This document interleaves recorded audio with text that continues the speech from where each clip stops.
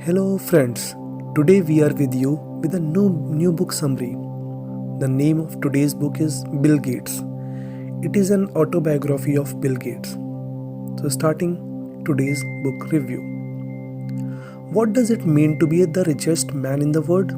Must be pretty exciting. I can bet anything I have and say that everyone who is reading this has imagined at least once in their life that they were the richest person on the planet. It is one of those dreams that many people have. But how many of them can accomplish it? Well, we know of one man who has achieved this amazing feat early in his life. Yes, I'm talking about none other than Bill Gates. He has been one of the pioneers of innovation and technology. He accomplished the perfect blend of talent, business, and humanity. Everybody knows what he has achieved, but do we know his journey? So let's read about it. There are many who dream, but only a few who can make those dreams come true. These people are not someone who are born with special magic powers. They are people just like us. But what makes them extraordinary? There is no reason why you cannot achieve something amazing in life if you want to. We can always look at these revolutionary people and learn from what they did and carve our paths. So, let us look at one of the most influential people of all time and his journey to being the richest man on earth.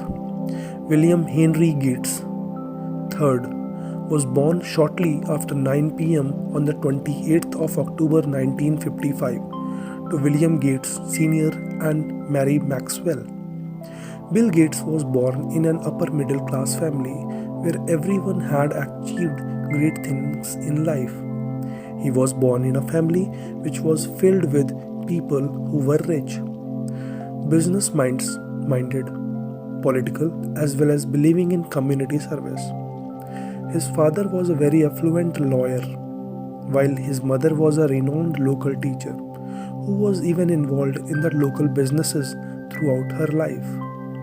He was the middle child, and he had an elder and a younger sister. He was born in a very secure household that was capable of providing him the strong foundation that he required. He had a very carefree and wonderful childhood. He was a very happy child who grew up in loving and caring atmosphere. He also had a very active social life. When he was young, moreover, he would participate in many different activities, including sports. He had a wonderful start to his life. When he started growing up, he started showing signs of his rapidly enhancing intellect. He was an extremely clever young boy and did exceptionally well in his academics. However, the regular school systems could not cope up with him anymore. They could no longer make him interested in his studies. He was easily bored and nothing could make him excited anymore. Moreover, this frustration started showing as behavioral problem in him. When he was 12 years old, Gates Sr. had thrown water on William Gates Jr.'s face because of a very angry fight he had with his mother.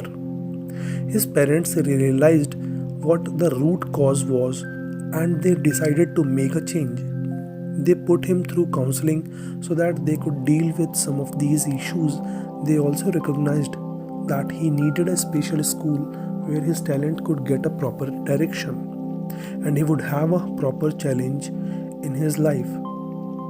So at the age of 13, he was enrolled into Seattle Lakeside School, which was exclusively for children like him. Lakeside has a rigorous study program that had higher difficulty levels than other schools, and it also provided the kind of freedom that was required for the children to explore their talents. The Lakeside School was filled with people like Gates, and he enjoyed being with the like-minded people. This turned out to be a turning point for Gates, for this is where he was going to recognize his true passion and meet people who were going to be with him in his future endeavors. The Lakeside School was the place where he met Paul Allen, who was later going to become his business partner in Microsoft. He also met many of the people who were going to be one of the first employees of Microsoft. This was also the place where Bill Gates was introduced to computers, which later went on to become the love of his life. Computers were very expensive back in those days, and it was difficult for the school to afford them. However, they brought a one computer link terminal from a company so that the students could learn. This way, they did not actually purchase it, but the students could still use it.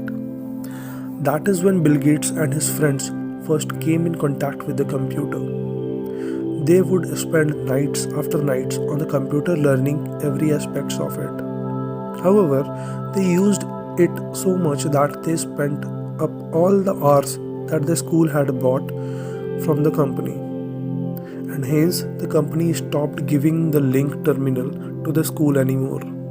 However, another opportunity cropped up soon enough. In 1968, Computer Central Corporation was established in Seattle, and the child of the owner was studying in Lakeside School, which is why the school got a link terminal again. Gates and his gang started working passionately on it again. However, this did not bode well for the Computer Central Corporation as it resulted in the system crashing many times. Moreover, this young breed of hackers broke down the security of the computer. Not only that, but they also altered the files that recorded the hours logged in by the school students. This was not received very well by the company, and they banned these students from using the computer for several weeks. During the glorious day where Bill Gates and his friends would learn the computer, they would skip classes and submit assignments late. The entire group was crazy about programming, and they had recognized their passion. Bill Gates and Paul Allen were determined to use their skills in the real world, for which they founded the Lakeside Programmers Group in 1968. They did not have to search far and wide for their first opportunity. Unfortunately, Computer Central Corporation was suffering due to exactly the same reasons for which they had banned the Lakeside programmers. The system would frequently crash, and the security of the computers was very weak. They hired these students to find the bugs in their system, and in return, they gave them that one thing they wanted the most: unlimited computer access time. For all the help the Lakeside Programmers Group was doing for the computer center, they got unlimited time on computers. It was there where they gained and polished their skills, which would later help them to develop Microsoft. Soon they found another opportunity to showcase their skills when they were given an opportunity by Information Science Incorporation. They wanted the Lakeside programmers to write a payroll program. This was the first opportunity where they were going to work as well as get paid for it. However, to strike a deal with ISI, they had to first become a legitimate company. This is when Bill Gates and Paul Allen founded Traf-O-Data, their first company. This company lasted till Gates left for college. For every computer with their software, they were going to get paid. They earned about $20,000 from this venture during that time. In his junior year at Lakeside, Gates was offered a job by Lake's school to create a schooling scheduling system for the school. So both Gates and Paul Allen spent their junior year developing the software for them. In their senior years too, they were looking for such opportunities where they could earn money as well as put their skills to good use. Soon after they created the scheduling program for Lakeside, in their senior year, they were approached by TRW as they were facing issues with the computer full of glitches, just like one at the computer center, and that is why they approached them. For the first time, they were actually responsible for finding as well as fixing the bugs. This is where Bill Gates and Paul Allen thought seriously for the first time about having their own software company. Once Gates was done with his senior year, it was time for him to go to college. He had a score of 1590 on his SATs, which was an almost perfect score. He was ready to go to Harvard and begin a new leg of his journey. Gates had no idea what he wanted to study when he started at Harvard, but he liked being among people who were similar to him. He was not clear on what he wanted his major to be, but he put himself down for pre-law. He chose all the basic courses in his first year at Harvard, except the maths program. He chose an advanced maths program as he was gifted in mathematics. Naturally, he did well there too. However, he was not happy. He constantly felt as though something was amiss. That is when he found the computer room of Harvard.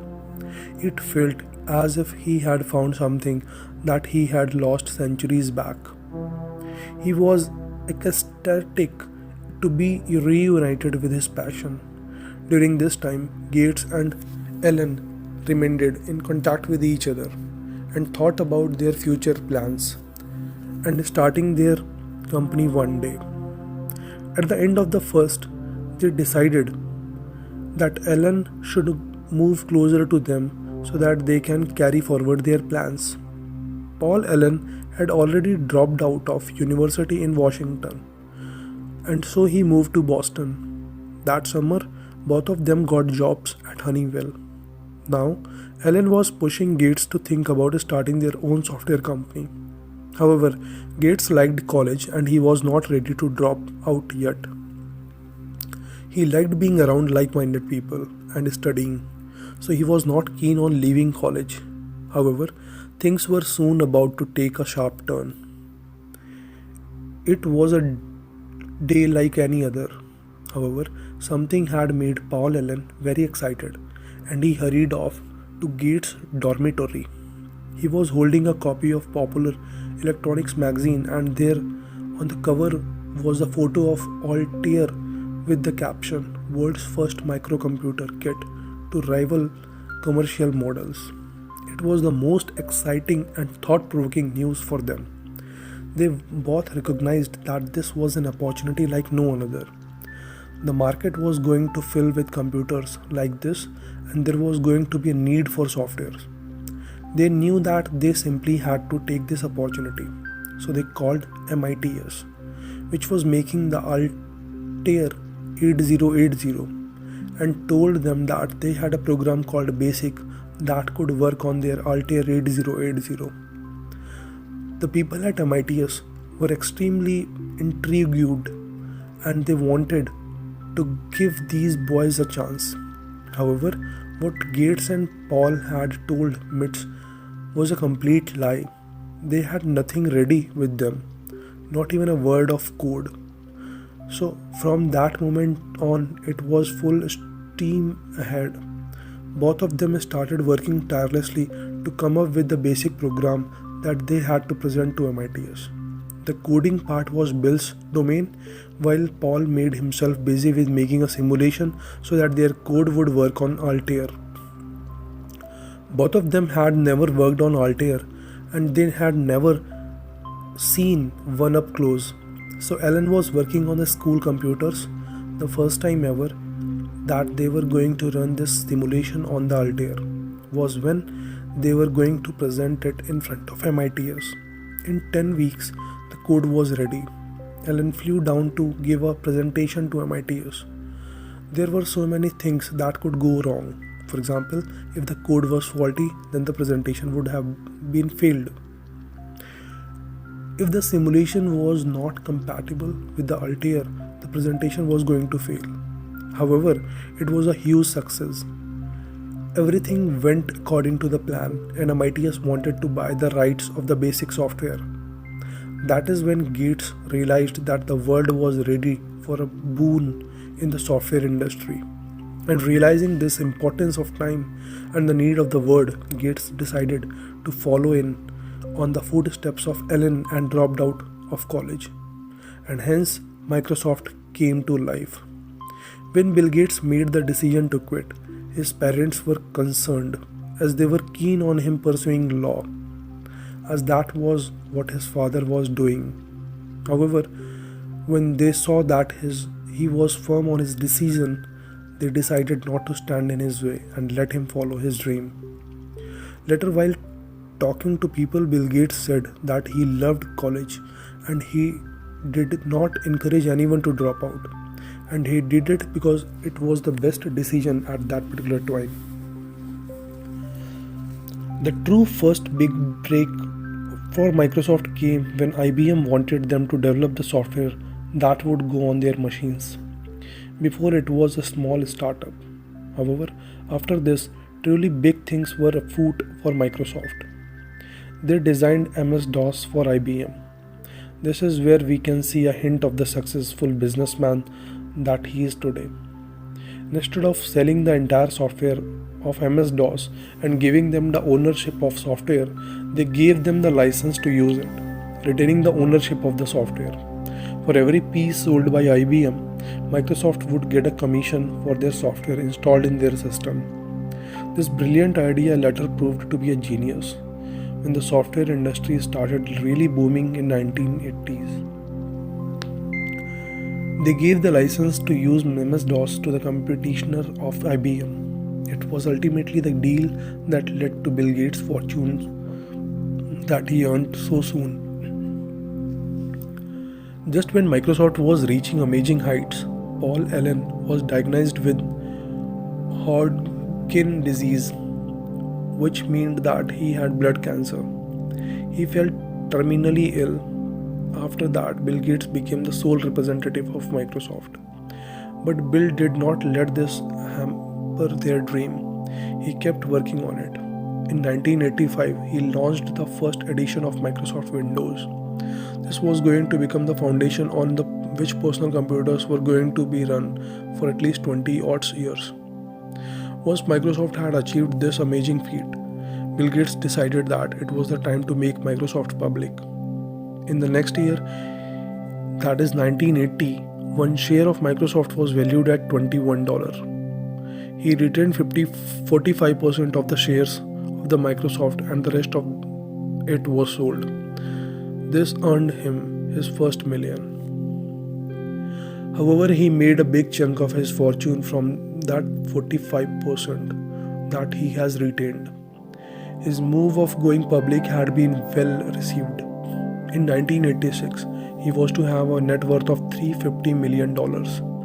And in the next year to that, at the mere age of 31, he became the youngest person to become a billionaire. And in just 8 more years, that is at age of 39, he became the richest man in the world. He kept on working till 2000 as the CEO of the company. However, he decided to step down from that position and he was succeeded by Steve Ballmer, his roommate from Harvard. He continued working as a chief software architect. However, in the next 6 years, he felt that it was time to focus on different things. He thought that it was time for him to give up something back to society. He decided to focus more on philanthropical ventures through the Bill Gates and Melinda Gates Foundations, which was founded in 2000, right around the time when Gates has stepped down from the post of CEO at Microsoft. Around 2008, Bill Gates became part-time involved in Microsoft rather than full-time. He and his wife were working on making the world a better place for poor people as well as people who were battling with poor health. Bill and Melinda also wanted to do their part for America by trying and contributing to the education system. He has spent billions and billions of his personal fortune in philanthropy. In 2014, with the appointment of Satya Nadella at the post of the chief executive, Bill Gates decided to step down as the chairman and his active role from Microsoft. He retained the position of founder and technology advisor at Microsoft. Ever since then, Bill Gates has been working for the betterment of the people through the Bill and Melinda Gates Foundation, one of the biggest charitable organizations in the world. Even today, when the world is battling with the lockdown, Bill Gates Foundation has been helping people worldwide. His actions have shown people that he is not only the richest man in the world, but he is also the most generous one too. It would not have been difficult for him to keep all the money he had earned for himself and his family. There was no compulsion for him to do anything, and yet he decided to make people's problems his problems and work for them. He earned a lot, not only in the form of money but also by doing his duty for the poor and the unprivileged. So, this is the story of one of the most revered and renowned innovators and technological virtuosos with a flair for business. It is quite rare to find a person who is complete package. But if there is a possibility that complete package exists, Bill Gates is definitely one of them. He was extremely talented with coding and mathematics. He had a mind for business, and he also had the ability to work hard for what he wanted to achieve. All those sleepless nights and focused coding in the beginning lay the foundation for such a huge empire in the future. Moreover, he had the presence of mind to take the right decisions whenever it was required and took the difficult steps as it was necessary at the time. He also knew when to step down and let others take the rein when it was necessary for the betterment of the company. And above all, he did not forget humanity and helped billions of people who were in need without any personal agenda or profit, because everything is not about money. So what does his story teach us? It has definitely given us an idea about how to be richest man in the world, but I also think it has taught us how to be a generous person too. Now that we know all this information, it depends on us what we want to do about it. We are going to just keep this away as a good read, or we are really going to start working towards our dreams. The choice is yours. So thank you so much for listening this wonderful book summary. I hope you will subscribe this channel and will press the bell icon for all the upcoming videos. Thank you.